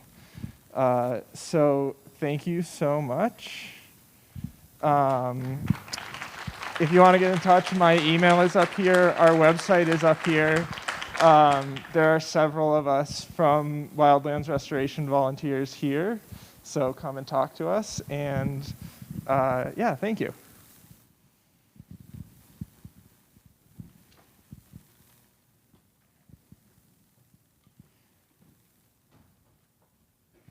Thank you, Matt.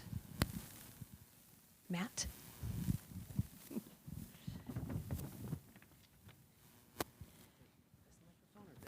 I'm going to introduce you. Pronounce your name for Guziejka. Okay, we got our last speaker of this panel session. I did want to thank David that chart was super helpful to understand the different structure in your training program. Thank you for that. Matt Guziejka is a graduate research assistant with Portland State University. So Matt, take it away, and I think this is live. Go ahead and try. Yes. Yes, it is. Hello, I'm Matt Guziejka, and the best way to remember my last name is like a sneeze. You just go, Guziejka. And I feel like that has been really helpful for people to remember me. We're having a little cutoff on the bottom of our slides here, but hopefully it won't affect some of the charts and graphs you're seeing. I did a social survey of beavers in the city in Portland, Oregon, outside of Portland, specifically in the Tualatin River watershed. And I just want to talk quickly about some recent studies with beavers. These two studies I found particularly interesting. The diagram on the far right, you can see this quad of how people perceive animals in urban environments based on the rate of encounter. And you can see the beaver is the only animal that has the fewest encounters in wildlife, but is also preferred. The other animals from this study that have few encounters are the boar, raccoon, and rats, and all those have very negative perceptions, whereas things like coyotes and squirrels and deer and rabbits, they also kind of have also a preference, but I just found it really interesting that there's just this really big general acceptance of just beavers in these habitats. So my survey, this is just a quick breakdown of all the types of survey questions that I asked. So knowledge of beaver-related restoration projects, we have one question on that, and it works its way down to some Likert scale questions on beavers in urban areas and how they affect these specific urban areas at these 3 different sites, and the management preferences.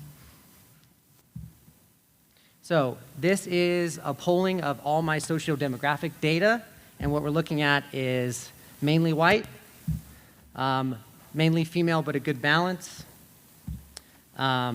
People who are very wealthy, make over $100,000 in this area, mainly have a bachelor's degree, but highly educated people.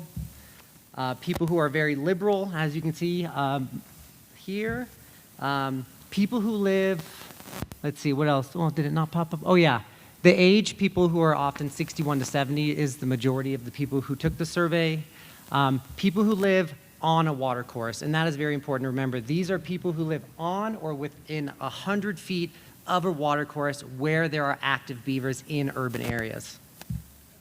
And the job types are broken down by education was the most, and then next to that is tech, architecture, and those kinds of jobs. Oh, this is quite light. For some reason you can't see this. Most people have lived there in the areas for 10 or more years, which is also important to remember. So I feel like these slides are kind of weirdly out of order. This is the census data from that same area, and you can see that the only outliers are the community, the BIPOC community, the white community are heavily favored in my survey versus the census data and the average age of the people who live in that area. But the gender, the income, and the higher education, there's a pretty good overlap between the census data and our survey poll. So let's look at the urban beaver. So this is one site here in Fano Creek, which is the same site that you heard about earlier where the cyclists and the pedestrians are in that flooded tunnel in that underway. And what we're seeing here is you can see between 1 and 2, this little pathway here on the right-hand side that now looks like a little heart shape, that is a Frisbee disc golf course that is now flooded year-round. Even in the middle of summer when we did these surveys, that path is constantly flooded because this was a multi-million-dollar restoration project that took place in Beaverton, also known as Beavertown back in the day, where beavers were not taken into account for the restoration. And of course, the beavers moved in, they caused flooding, they caused a few issues with local infrastructure and trail users. And these are some of the quotes that were pulled from my survey. It's great for plants and animals, but inconvenient for people. Pretty frustrated Fano Creek is flooded so often, especially under the bridge at Shoals. In that same Bike Portland article, I am a cyclist myself, that tunnel was a multi-million-dollar restoration project to keep it from flooding just in the summertime. But in the wintertime, that still floods, and kids are forced to cross a 4-lane road to get to school, and they're unable to use that tunnel under there. And so far, nothing has been done to manage that or change that. So people in this area are really frustrated. Here's the flooded site. And then next we have an area where there's no problem, and everyone's pretty stoked on the beaver. This is a power line habitat. Again, multi-million-dollar restoration project occurred here. You can see the beaver ponds, how they drain down into Bethany Lake over here on the left-hand side. Lots of recreation users, but these are the type of environments we're doing our social surveys on, and you can just see, you know, we have farmland right there. We have this urban infrastructure right here. There is a lot of overlap between urban beavers, infrastructure, farmlands. But people here, more wildlife, more natural wetlands. I go to this area mostly for birding, so many more birds and insects and reptiles. So people here, there's no infrastructure issues here whatsoever. The beavers aren't flooding the area. So most people here have a pretty positive perception on beavers in urban habitats. This is just a few quotes that I pulled in from the social survey, you know, about how beavers affect wildlife, reintroductions, water, and issues. And the one I have in bold that I'll read is, if we're going to go through the effort of relocating beavers, they should be protected, which makes sense, right? So if we're going to reintroduce beavers to areas, why aren't they going to be legally protected? Which is one of the survey questions that we put out. So let's start with what people know locally about beaver-related restoration projects. So this is a quick breakdown of everyone who took the survey. The slide got skipped. It is 175 people who took the survey.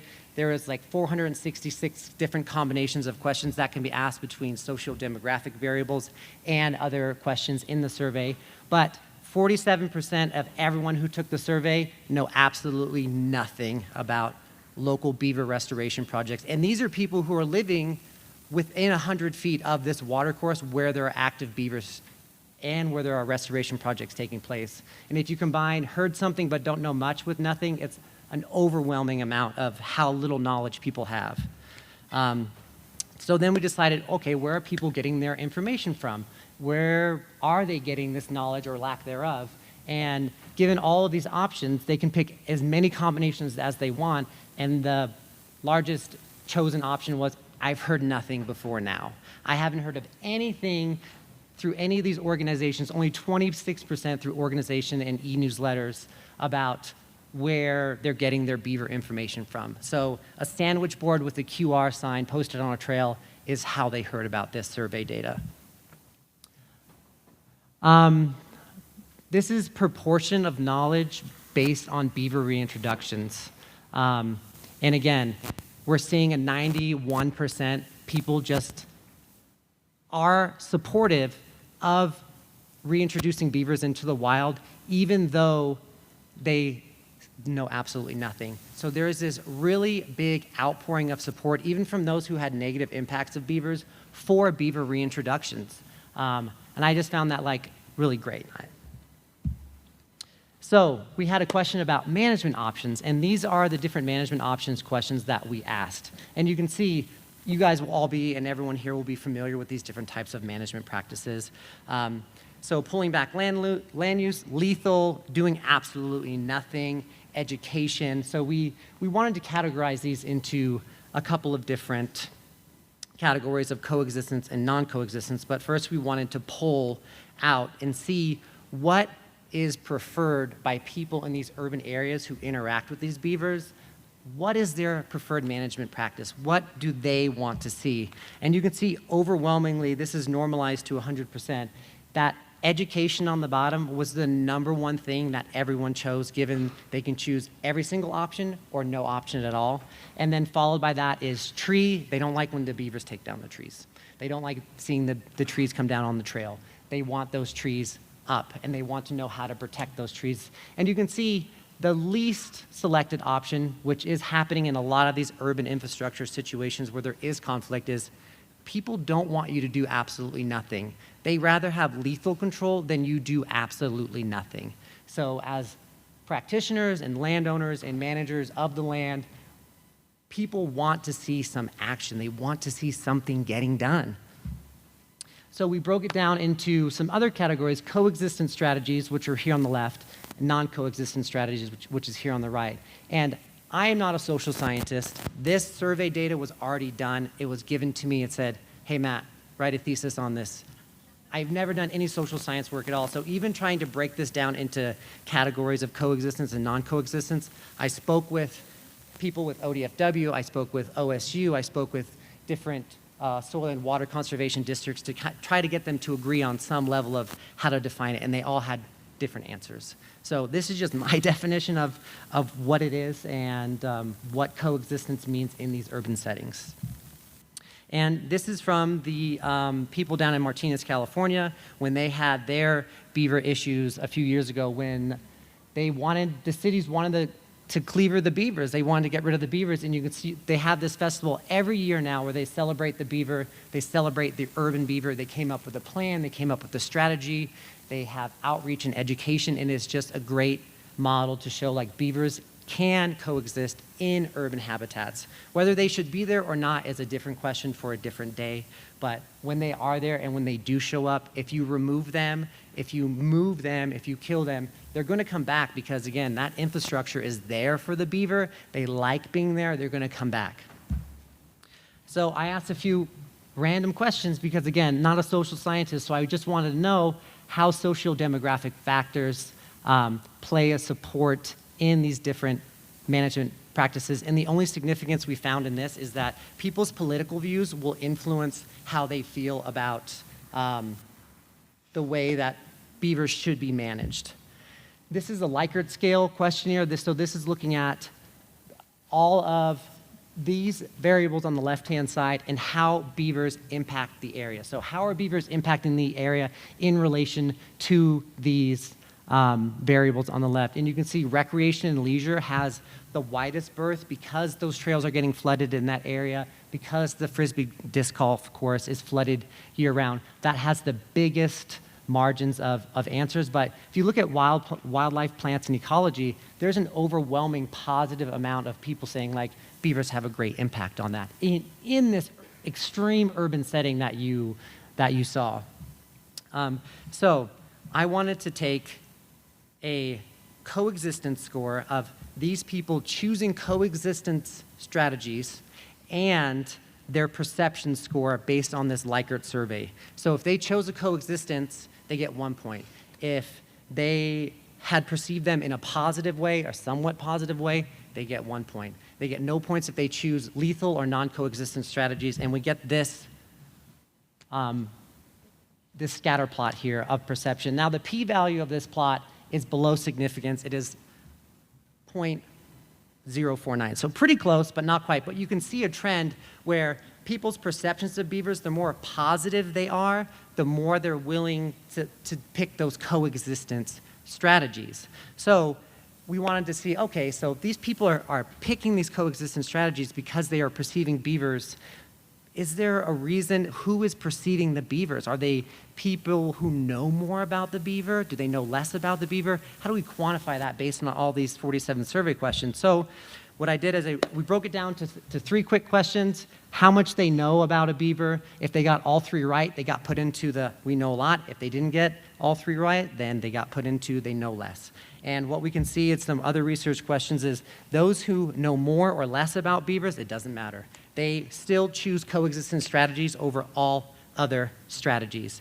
And when we look at these other variables, knowledge level impact on perceptions of beavers, the only thing that is significant is water and wildlife. So the more they know, the more knowledgeable group, they will tend to pick water and wildlife as significant. We're just going to skip that one, I think, because we're running short on time. So another research question is, okay, we have all these people, all these age demographics. What do they know about beavers? Is there a significance in age? And we found out that people 21 to 30, they know very little. Up to 80% know absolutely nothing. And the older they get, the more they start to know about what's going on because they've lived there longer, they live on the watercourse, they have the financial backing to own a house on a watercourse in an urban area where houses are over $100,000. That being said, the legal support for beavers is overwhelming at 65% with everyone who took the survey. So people want to protect the beavers despite any type of socio-demographic variable. And again, this is more versus less knowledgeable people, and you can see it doesn't matter their knowledge level. It doesn't matter how much they know or don't know about beavers.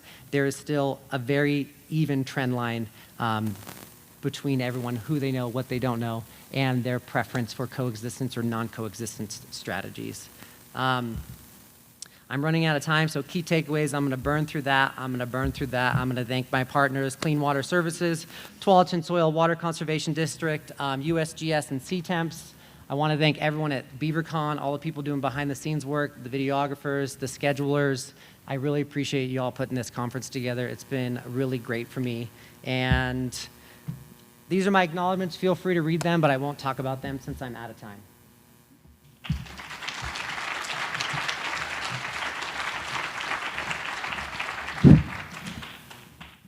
Wow, that was super fascinating research and data that would be helpful to so many people.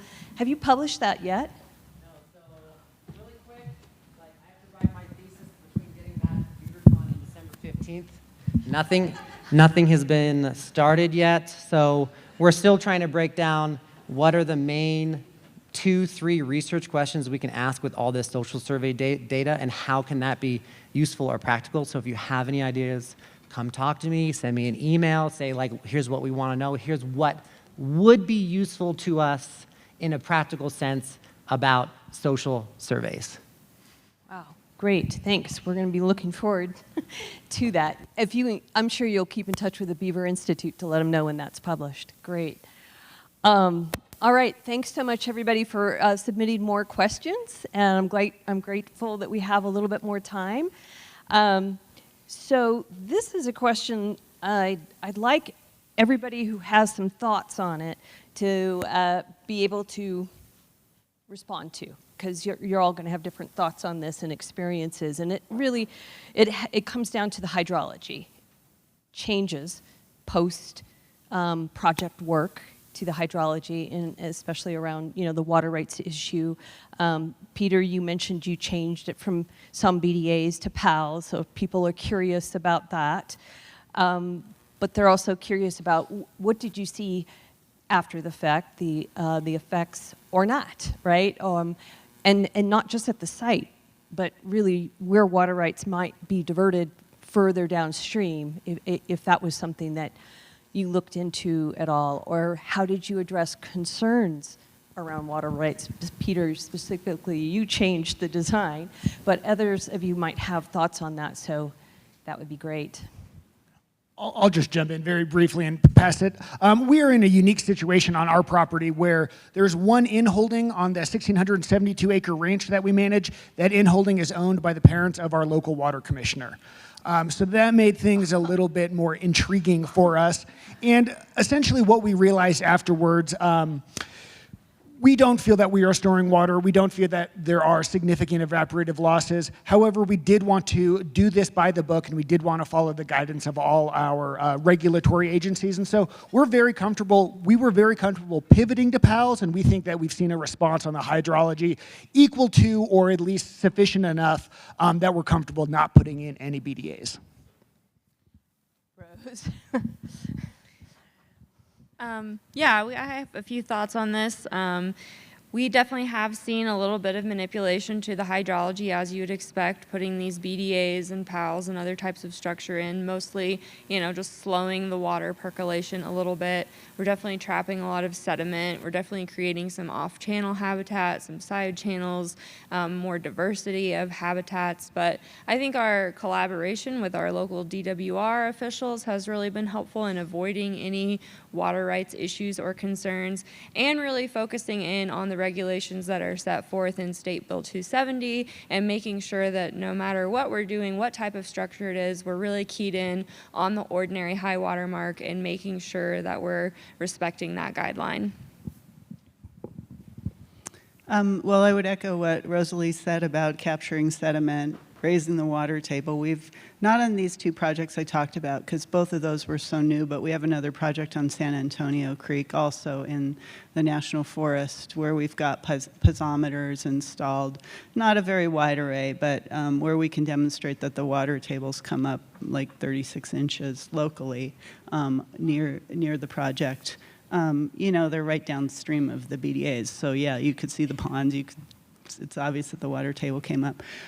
We haven't really, and on sites where we actually have beavers in, which is the ultimate goal for all of these sites, we have relationships with irrigators where they were not pro-beaver in the start, but once they saw that they actually had water in the irrigation ditches in summer and fall, they became more supportive.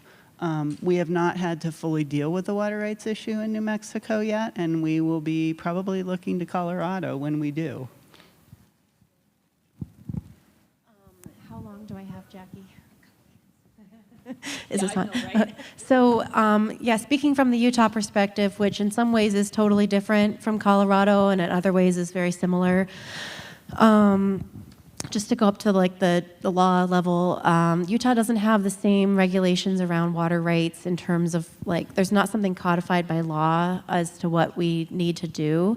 Rather, there is a 2018 memo that's been signed by DNR, and I can't remember all the different agencies, but basically the state engineer's office, there's a memo that they will evaluate every stream alteration permit, which is required for beaver dam analogs, and then make a determination kind of on a case-by-case basis as to whether or not water right is needed for a project. And when they do, there's an unshared understanding that it would be a temporary water right, not a permanent water right.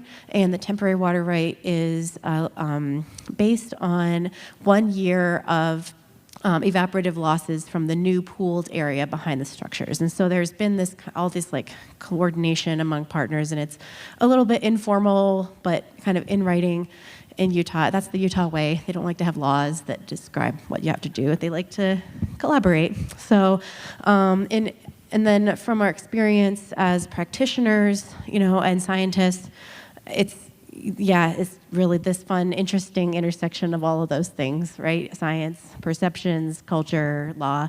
And I'll start with, when we first started doing a lot of BDAs, we did a study. And so JARA is reviewing the accepted manuscript right now, so we'll send it around to the Beaver Institute when it's officially published. But yeah, we measured flow kind of before and after building BDAs on Fish Creek in Colville, Utah, and found no detectable change in stream flow or discharge, even though there were significant increases in elevation of groundwater height or riparian kind of hyperreic water elevations, and that's all based on what we all would expect from BDAs. You collect sediment, the water table goes up, but you're not actually storing water over any meaningful time.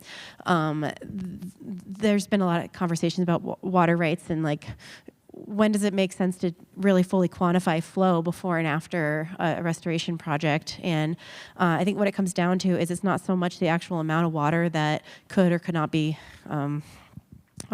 held back by structures, but really like the proportion of that water relative to the total flow. So in big projects, you're measuring a small change on a big number, and then in smaller projects, like if the flow is so small, it's a little trickle of a stream, it's hard to even measure the flow to begin with. And so that's where the perception intersects with the science and the measurement. And then one more story, I'll stop after that, is there's only been a couple instances of this where BDAs went in Utah and water users got wind and were upset and didn't like it and threatened they claimed a water rights injury. So usually we do a lot of hard work to plan and prevent that situation, but it can happen because this is not really, there's no, there are general guidelines on how far downstream you need to kind of contact water users, and we follow that maybe like 1 or 2 miles. And people way further downstream can always claim an injury. It doesn't, because it's based on what their experience, and then the implementer of the project, it's kind of on them to prove that there wasn't an injury. So we had that happen once, and had a series of conversations around, can we take out some dams and do a flow study, et cetera, et cetera. And it kind of just ended up fizzling. We had to walk away from negotiations with the irrigation company. But I think what we learned there and what we've kind of carried forward is that do way more outreach, be way more proactive than you think you need to be, and do some measurements, even if it's not going to be a full water budget on your watershed. Just at least look at the stage height before and after, so you have some kind of data that shows the impact and the timeline of that impact. I'll stop there. Okay, we just have a couple more minutes, and there's some more questions around beaver. One of them I'm going to answer because it's part of my research, and that was like, how much does it cost to contract with either APHIS or other trappers to basically not kill the beaver, but instead bring that beaver live for it to be part of a relocation program? And my research with talking with a lot of relocators is generally around $200 to $300 is what I have heard. And so something that's fairly reasonable, not a huge part of the cost, because there's a lot of other costs, of course, that go into relocation. So it's actually seems a fairly minor part of the cost as compared. Rosalee, I think you had a figure that was within that range when. I'm not sure that we have a per beaver cost that we have figured out. I mean, I will say that it has been very affordable. It's been grant funded, but our grants have been quite small comparatively to other, types of restoration asks. So I would say it's pretty low and probably in line with what you've been estimating from your research. Okay. And then there was another question. Again, research shows a lot about the answer to this one, and it's, do you track the beavers you relocate? Is there a reason you're having to put so many at a time at your relocation site and then maybe having to do it again if they didn't stay? You were talking about that in your talk, and we heard from relocators yesterday that it usually takes more than one time because beaver make up their own minds on where they want to be. They may have gotten eaten fairly quickly. I heard quite a few stories about that happening. They get released, and there's a lot of predators in the area. And so it usually, what I've read in the research is it often takes more than one time. And so you expressed that too as well. Yeah, I think I would love for us to do more in-depth monitoring of the beavers we release. Unfortunately, we haven't been able to do any type of tagging, which would really give us so much more information. But I mean, we know that beavers can disperse 9-10 miles away from the relocation site. Like I mentioned, we do put up camera traps and, you know, come back out on site next year and hike the drainage as much as we have the time and capacity to look for sign of beaver. But I mean, we're putting them into suitable habitat and hoping that they stay in that area to get a colony going. You know, if they disperse upstream, downstream, it's hard for us to determine if those are our beaver or if our beaver were a mortality. So some of these areas we wouldn't necessarily put, you know, 5 beavers every year until we get a colony, but that particular area is a really large habitat, bead, if you will, and could hold a lot of beavers, so we feel comfortable putting that number of beaver in there. You know, at some point, we're not just gonna keep dumping beaver in there forever. We'll look to other sites. Well, this has been so fascinating and so beneficial and educational. Thank you so much to all of our speakers, and thanks for your questions and being so engaged. Really appreciate it.